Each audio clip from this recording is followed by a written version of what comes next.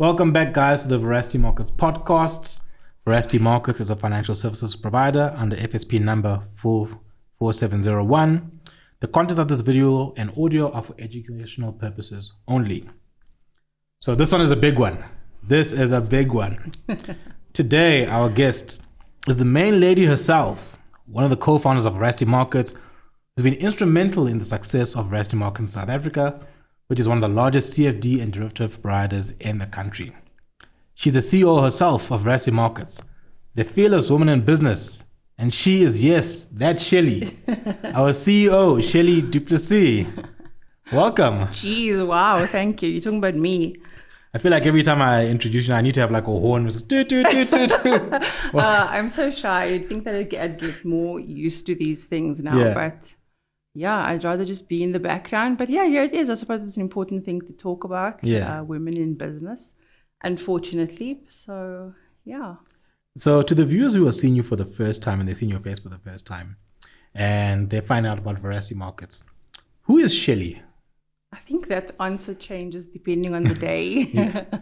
I'm very, all about the growth mindset. So today I might describe myself as something else. So if you've heard me, saying Shelley is, and it's a different answer today, I think, as people, we always need to be evolving. So, besides the usual titles, like I'm a sister, I'm a daughter, I'm an employer, I'm a mom, I'm a goofball, first and foremost. I really think of myself as just being like this well-meaning,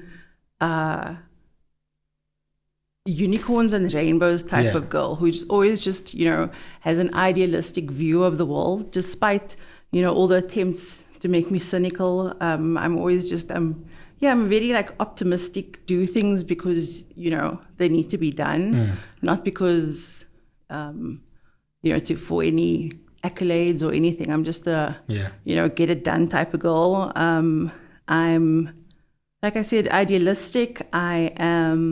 I think I'm very funny. I'm just plain old me. So you wear like a lot of different hats. Oh, absolutely. And different hats on different days, probably. Yeah.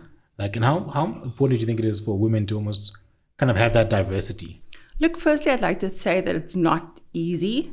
Although we are, as women, we're more predisposed to being able to, feed into the stereotype of multitasking. We do have that ability to have 10 things on the go at the time and do them all successfully. But we also need to know that, there are limits and we don't have to do everything ourselves.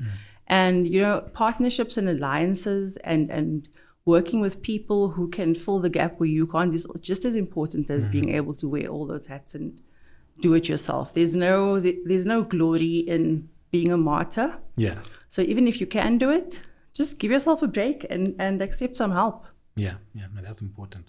So you've been in the industry for quite a while, and what's the backstory there? How did you get involved in the industry, and how is it that you're a female in a very male-dominated industry?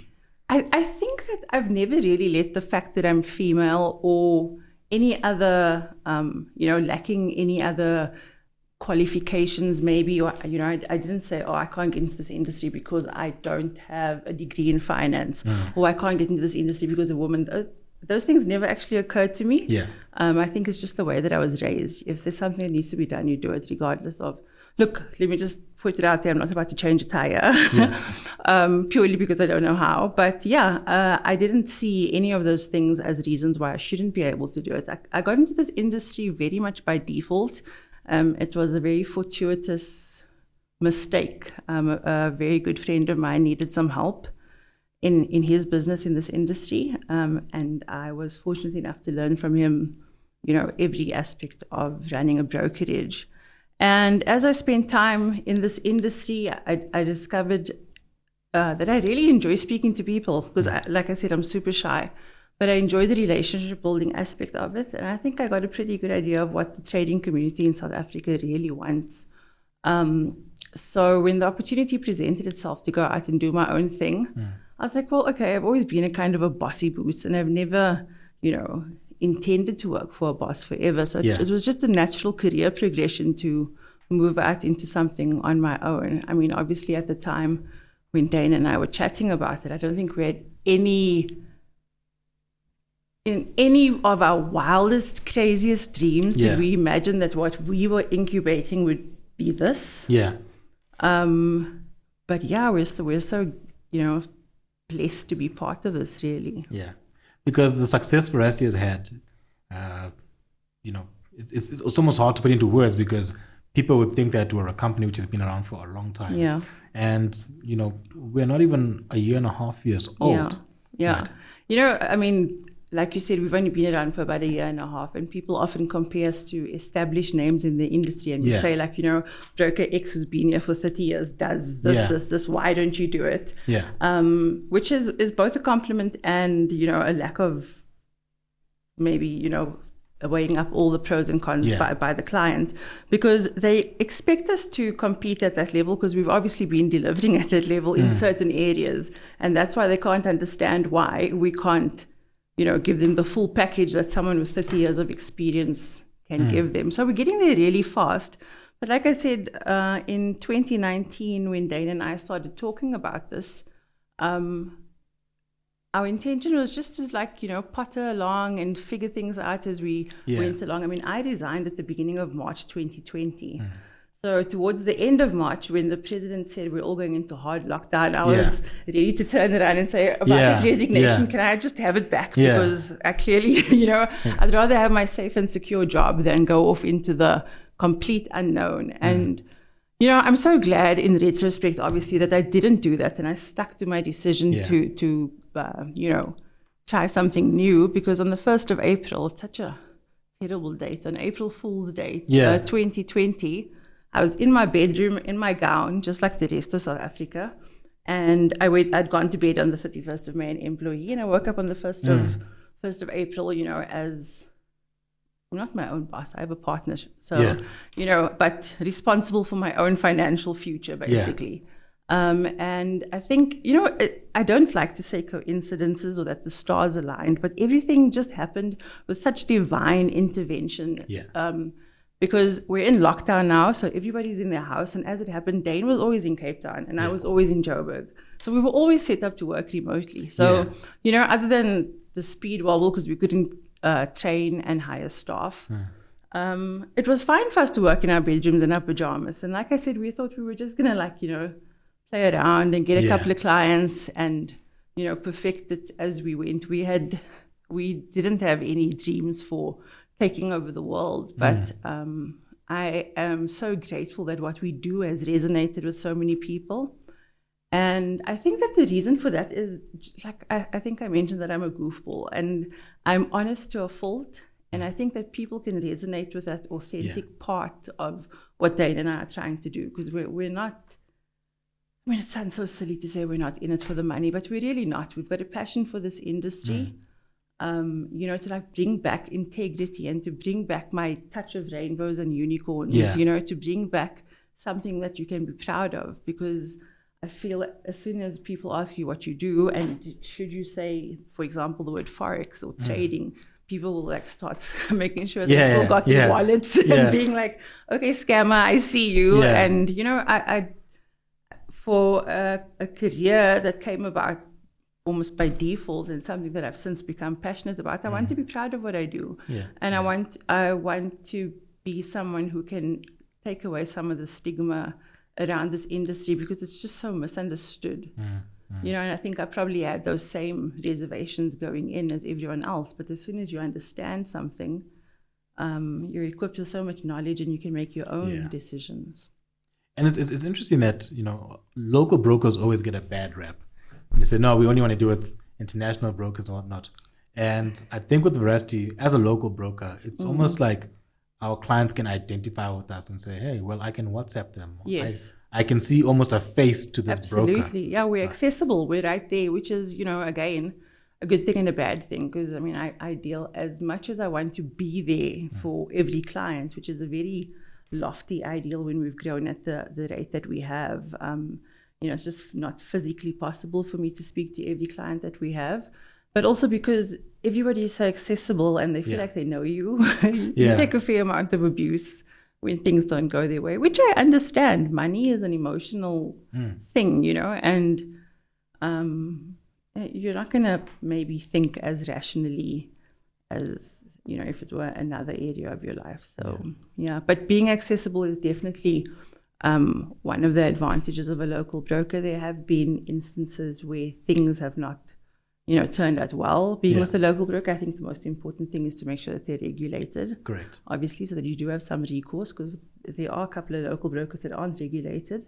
So that's something to look out for. But it's so much easier to connect with someone who can speak your language, literally, and you can get them on WhatsApp and they can be responsive. You can build a relationship with them. You can come into our offices if you're in Cape Town and Sandton and there isn't a pandemic, and have a coffee with us. We love that. We love it when our clients come in and engage with us. What do you think in the past 1.5 years attributed to such good growth?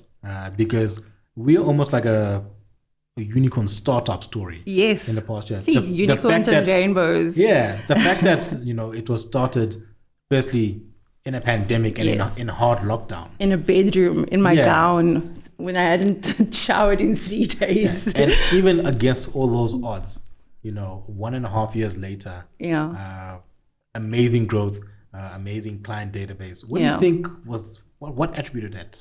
Well, I think when we started out, we had identified what we thought were the gaps in the market and what we could do better than other offerings around. I need to say that perspective is a hell of a drug. That's one of my favorite phrases.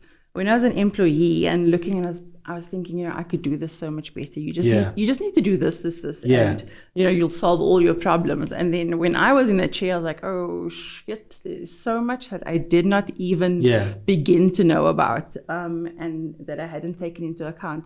So it's been a learning curve, unfortunately sometimes at the expense of clients. Like I remember when we just really blew up and there's this pandemic, you can't hire staff, you can't train anyone. So you are limited in what you can do, and everybody wanted an account. And I remember I was at the office for 13 days straight with all these temps that we got. We were just, approving documents as quickly as we could, to be able to service the clients. And everyone was so patient with us. They were just patient. Well, some weren't, but most were patient, and they supported us. And I think that when you are authentic, you can connect with your audience, because I'm not trying to push in the beginning, we didn't even do any marketing, because Dane and I were like, we're just getting our act together here and figuring things out. And the next thing, we are all over Instagram, and people are buying into what we're doing. And like I said, I think when you are authentic and when you're willing to admit your failures and say, look, we screwed up here, but this is what we're going to do to fix it. And, you build that relationship with your clients, I think that is a massive contributor to your success. Obviously, there were other factors that were, again, part of this divine timing for us, in that there was a gap in the market when another local broker was no longer servicing their clients. And we, I'm pretty sure we picked up quite a few there. Then it was lockdown. People were looking for alternative sources of income. They needed something to do. They had nowhere to go. They couldn't spend their money elsewhere. So, there was a lot of interest from that area as well. So everything was just like set out so perfectly for us to be in this position. And I like, so our hashtag on Instagram, which you use a lot, is actually growing with veracity. Yes. And we've got that growing mentality, and with growing comes growing pains, right? Oh my word. Like, there's always growing pains. Right. And I think we've always had a mentality that we don't throw away, we fix. So whatever is a problem, we kind of look for solutions, right? Yes. And how important is that, I think, do you think, when you're starting a business? If something doesn't work, just keep at it and keep at it.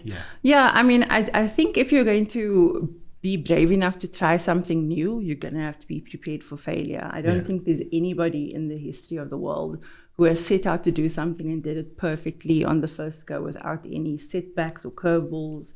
And, I won't lie, there were so many times in the beginning where I was like, what am I actually doing here? Like, I don't need this. This is just too stressful. I can't do this. I'm just going to find something easier. And I'm so glad that we stuck it out because, like you said, we're growing, and with growing comes change, comes growing pains. You can't create something. It actually reminds me of when this Growing with Veracity hashtag became popular. My motivation for this was there's a quote about a seed and, how a seed needs to become completely undone to achieve its full potential.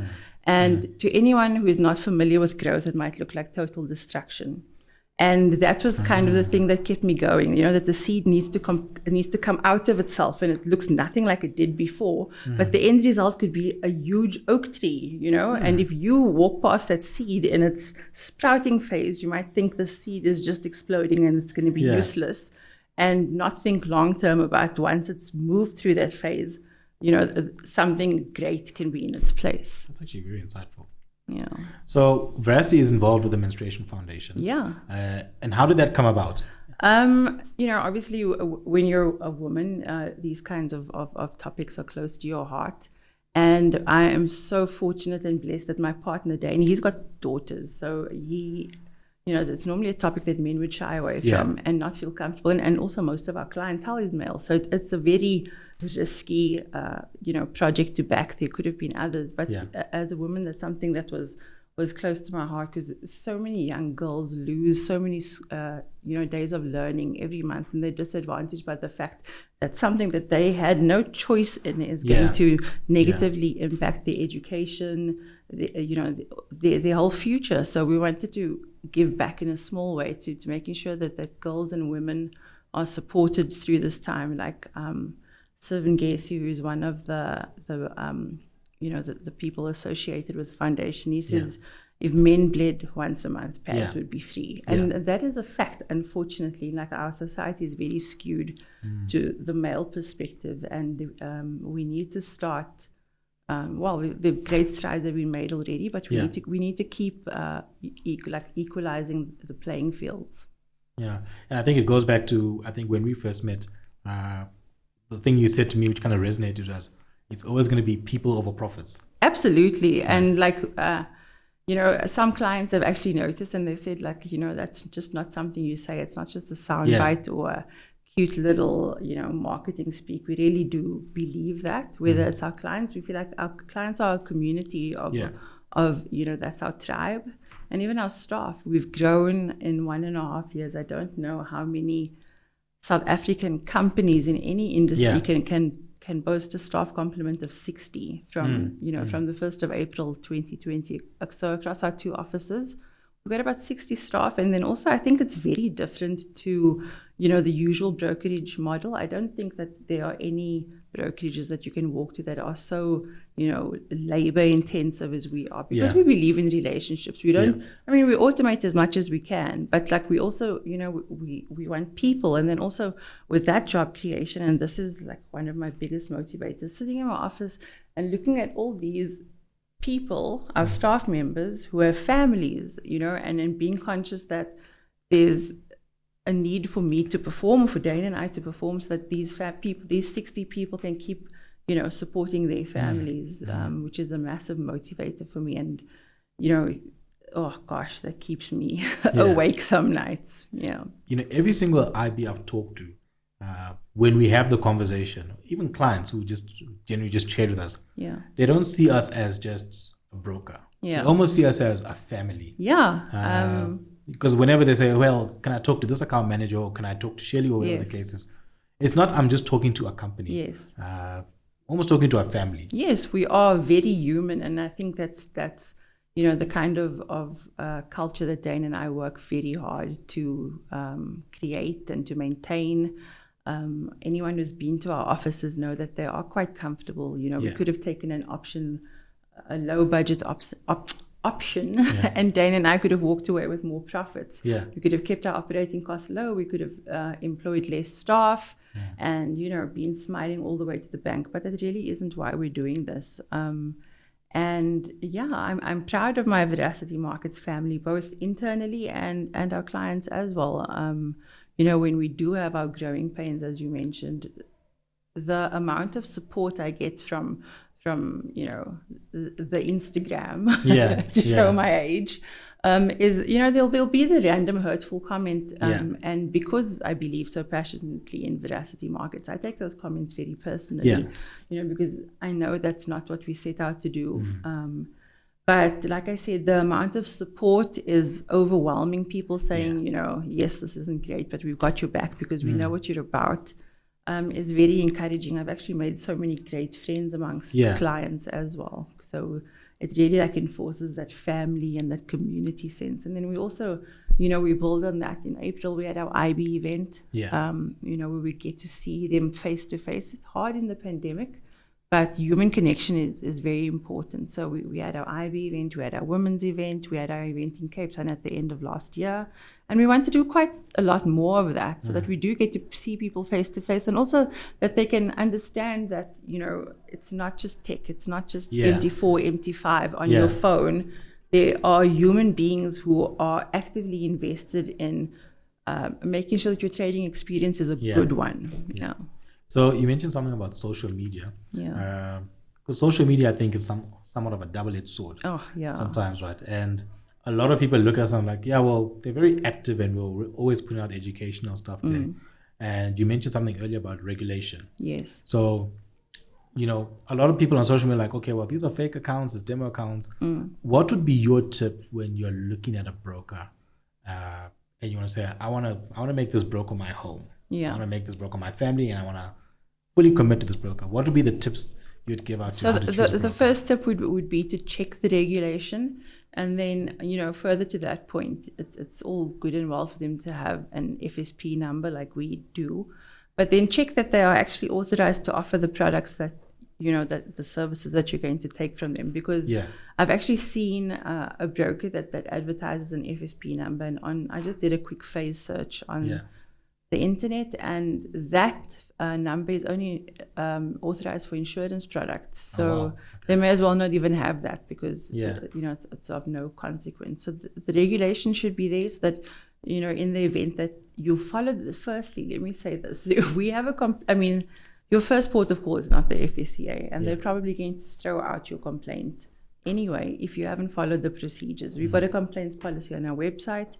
where you come to us with your query, we deal with it, or we respond in whatever way. And should you not be happy with that, your recourse is then the FSCA, and then following that, there's also the phase ombud. So we don't just I really hate you're manipulating this and you're freezing this and you're doing that.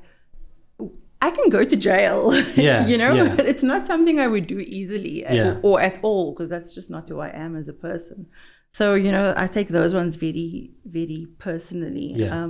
But going back to the regulation, the first step would be to check that the regulation is in place.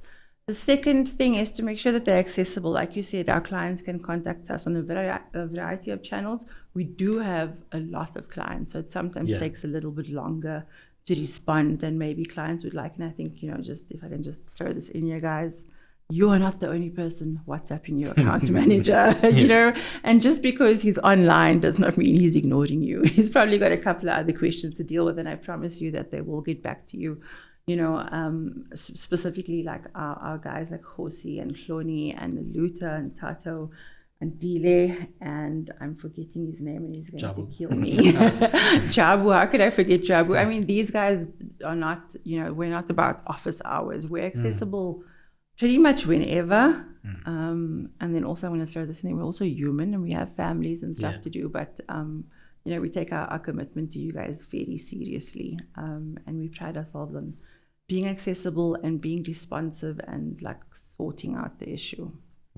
So you said something key at our Women's Day event, where you said it's important to see someone like you doing something, so it's possible and it can be done. And for the next generation of women and the younger girls who are watching this, who are looking up and say, hey, I can relate to, I want to be like Shelley in a few years' time. What kind of words of wisdom do you have for them? Do it even when you're not ready. I think that's one thing that I learned with this. Don't wait for the circumstances to be perfect. You can't say, I'm going to do it when I have 500,000 in the bank. I'm going to do it when I lose 5 kilos. I'm going to do it when the sun is aligned with Jupiter. You just got to do it, And I think, as you've seen with Veracity and the growing pains, there were some moments where we were woefully ill-equipped for the volume of clients we had. But we were responsive, we were agile, we did what we needed to do because that commitment is there. We didn't want anyone to be inconvenienced. And I'm sure everyone is so tired of hearing it's a pandemic and people are working from home, blah, blah, blah. Yes, those things are valid, but at the end of the day, we're here to deliver a service, and we're going to try our utmost to make sure that, for the most part, our clients are happy. I must say, for me, it was a personal failure because when I set out to do this, I think I had one objective in mind, and I kept saying that I don't want our clients to grow faster than we did. And I was so bright-eyed and bushy-tailed and idealistic, and this will never happen to me. I know better. But like I said about perspective, once you're there and you're growing at a rate that no one could have anticipated. You're going to hit a couple of walls along the way, and then you're going to have to be like, okay, I so confidently said A, and now I'm going to have to swallow my words. And then, the decision is also there, like, okay, so I failed. So do I just disappear altogether? Do I say, I couldn't do this, so everybody take your money, go back. Veracity is no longer. Or do I say, okay, so this was yet another learning curve, and we figure out how to be better. So Veracity Markets at 1.5 years old, where do you see Veracity at a 15-year-old company? I don't think I could have imagined this in 1.5 years. So in 15 years, I expect us to be competing on a global standard. I expect us to be one of the established and trusted names in this industry, not just in South Africa, not just on the continent, but I want us to stand, proudly and competently next to all those big names that people know and trust, and build a brand that South Africans and traders can be proud of, and one that maybe our clients will say, oh yeah, I remember starting with Veracity way back when, and having to check on my things being verified in my account, and having to wait maybe a little bit long for a withdrawal. And when they used to make all those rookie mistakes, and now they just, it won't take us 15 years to be flawless or as close as, but I want us to do, and obviously to expand, not just provide the platform, maybe, we can even get into the hedge fund space or the, proper investment area. We've got some big dreams, and then obviously not just from a trading perspective. Dane and I are very passionate about giving back. We've got plans for the working name is the Veracity Foundation, where we want to employ people to, feed others. And I don't know, we've got a whole bunch of ideas, starting, we want to give people dignity when they're being helped, because we feel like the current model of having to queue or a little bit of soup and a slice of bread, or if you're in need of clothing, to just take what you get. There's no dignity in that. And Dane and I really want to, like I said, I want to give homeless people or anyone in need the opportunity to walk in and choose clothing, you know? And when Dane personally is passionate about a restaurant for the less fortunate, where you can pick from a few items on a menu, and instead of queuing for whatever you get. So the foundation, the reason we want to do it that way is it will create jobs for the foundation employees, and then we also have more control over, where our contributions are going to help, because sometimes you're cautious about helping because you don't know that whatever you give is going to get to the intended recipient. But Dane and I have we're big dreamers. That's good. So you've seen a lot of traders come and go in this industry. What would be your trader survival guide? So a lot of guys come in the industry and, a year, 2 years later, they're like, okay, this is too hard, I give up. So the guys you've seen who've actually flourished in this industry are the ones who've persisted. I think we've all seen that illustration, or it's pretty much a meme by now, of someone who's been digging and Yeah. digging and digging and digging, and then getting like little small chunks of gold along the way, Yeah. and then thinking I've been digging for 5 years and Yeah. I'm actually done, and turning it around, going back and being so short of, you know, the actual prize. And the danger is, I mean, you're going to have to, obviously, some people are just not going to be good traders. Let's be honest. It's not a skill that everybody can learn or acquire. Or maybe you just don't have enough time to commit to learning the skill, because any skill needs time. And then you're going to have to say, okay, my lifestyle is not one that supports being able to learn the skill, so I'm going to, you know, call it a day. And that's fair, because you're probably going to end up, to be honest, losing more money than, you know, then maybe it's not for you, and look at something else. But if you are willing to put in the commitment, put in the time, put in the hours, analyze your charts, keep abreast of the news, perfect your skill and keep going, and you know, obviously be sensible about it. Always in trading, like you got to keep a clear head. You got to take the emotion out of it. You got to take your wins as, you know, as calmly and as without emotion as you do your losses. You can't be devastated with a loss and be euphoric with a win and end up at the club and buying, you know, bottles for everyone, as is, you know, people like to do in this industry to celebrate the wins. You need to be, you know, completely level-headed and emotional about it. And if you feel you can be that person, then persist and go for it. And the ones who are successful are the ones who've started, they've done the demo accounts, they've done, you know, they've made losses, but they've taken the time to continue perfecting their skill. You got to keep learning, you got to keep practicing, you got to keep doing. And if you're willing to do that, and keep going, because your gold ore might be, you know, 2 or 3 trades away. 100%. And in this industry, there's almost a lot of peacocking, where, you know, someone makes a small win, not a big win, but a small win, and, you know, the whole world must know about it. Right. But we don't see the losses behind that win. Absolutely. Right. And, you know, I mean, while it's good because it encourages other traders that you can make a win, but you know, like I said, it comes back to the psychology of it, you know. And if you're going to attach your worth to those wins, you know, you might struggle a bit, you know, to be blatantly honest, which has always been my approach. I'm like honest to a fault, and sometimes like. But yeah, you have to do it for the right reasons. You can't be doing it for the gram. That's not going to be there forever. You have to put in the work. It's really not the get rich quick kind of thing. Because it's almost become focused on lifestyle and not actually the skill. Look, I mean, the lifestyle is absolutely possible if you're going to put in the work and you're going to see the rewards. That lifestyle will follow, but the lifestyle is just one part of it, and you see the lifestyle, you see the cars, you see the good times, you see the designer labels, but do you see when they blew an account? Do you see when they, you know, when they were depending on a trade to go a certain way and it didn't? Like, the lifestyle is great. Don't get me wrong, but the lifestyle is not the be all and end all. There's so much more to trading, and if that inspires you to trade, then that's great. But just know that it comes with work and commitment. Trading is very high risk, but the rewards are you know, equally attractive. You can, it's much better than, well, in certain cases, better than a traditional investment, where you're going to put your money in the bank and then earn 7% per annum. But that's a sure thing, and sometimes we should go for something a little bit bigger.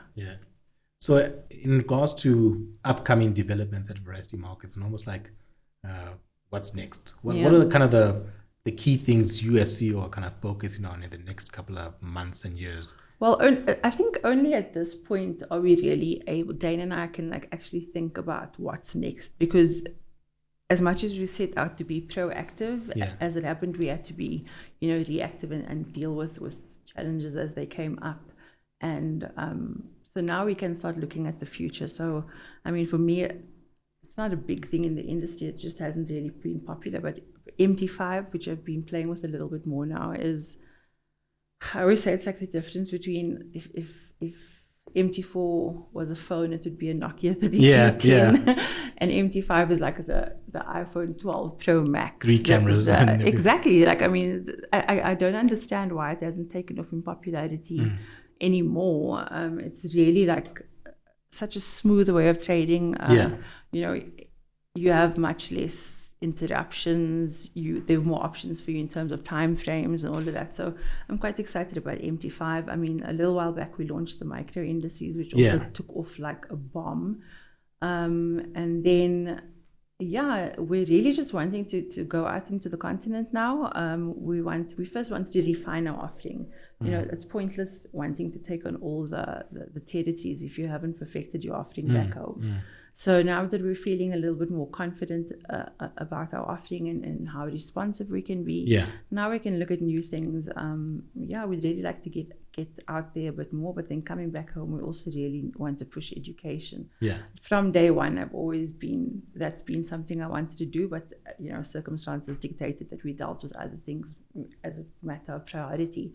So now, we've got you, our resident, trading genius.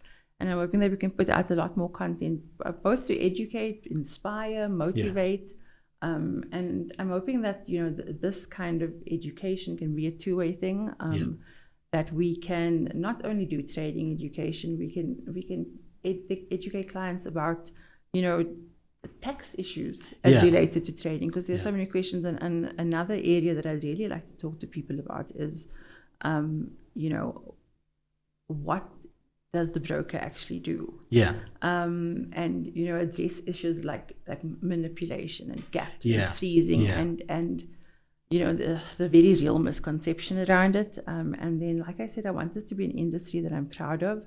So Dana and I are working on a couple of initiatives where we can unite with other brokers across the industry to have a better voice, you know, to be able to have some stronger boundaries, because there are clients who abuse what we do for their own ends, so that we can kind of make a blacklist and say, you know, this person is up to no good, so make sure that you can't trade on your platform to protect consumers.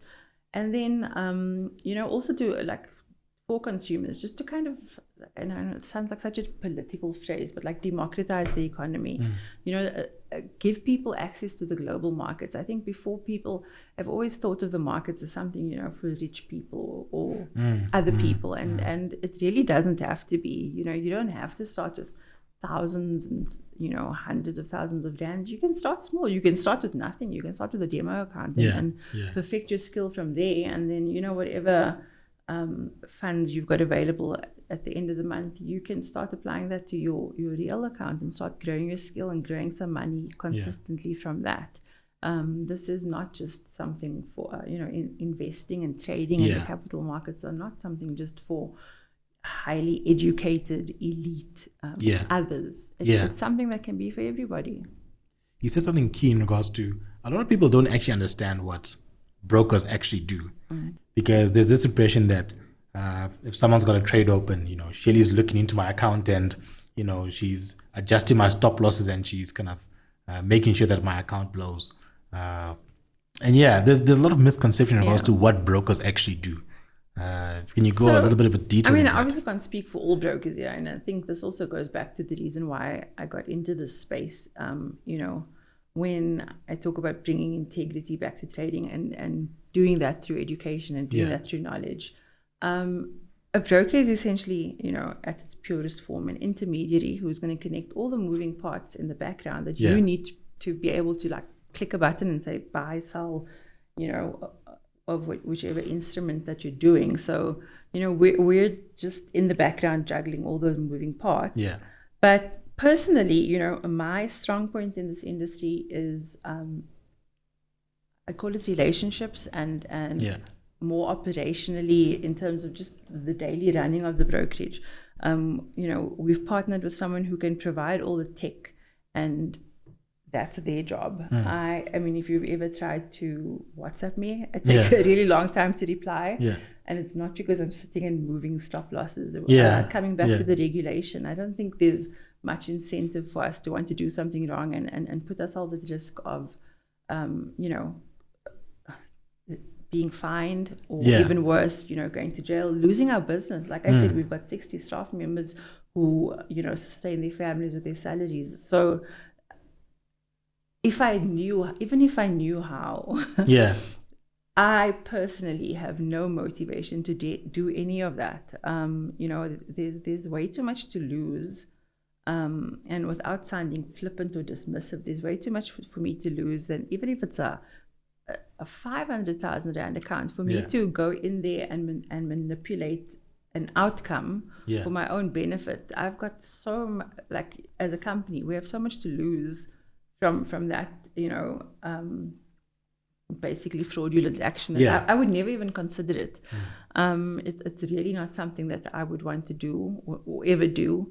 I think that, and this is probably a very unpopular opinion, but like I said, this is where we're talking about money, and money just brings out very strong emotions in people. And I think that for some people, especially maybe if you're starting out, or if you don't quite have a grasp on the psychological or the mental or the emotional part of trading, that you're going to look for someone else to blame. And there's if other people are telling you, they're not going to tell you I made a bad trading decision. They're going to say, oh, the broker manipulated this, or he did this, and this is how I ended up losing.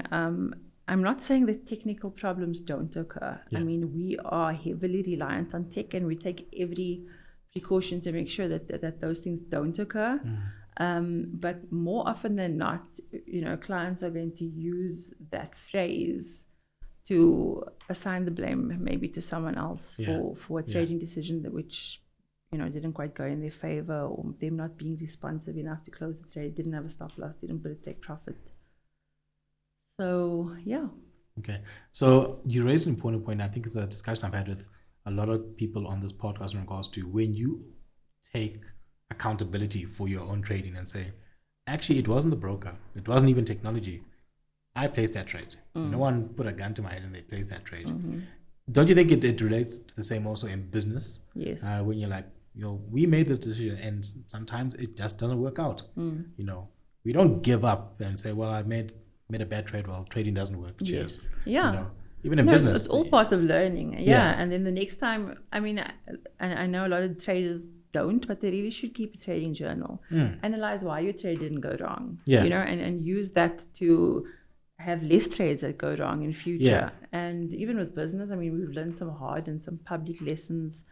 I've learned some personally as well, and I learn every day, and I'm grateful for lessons. Really, I don't have the mindset that any failure is fatal.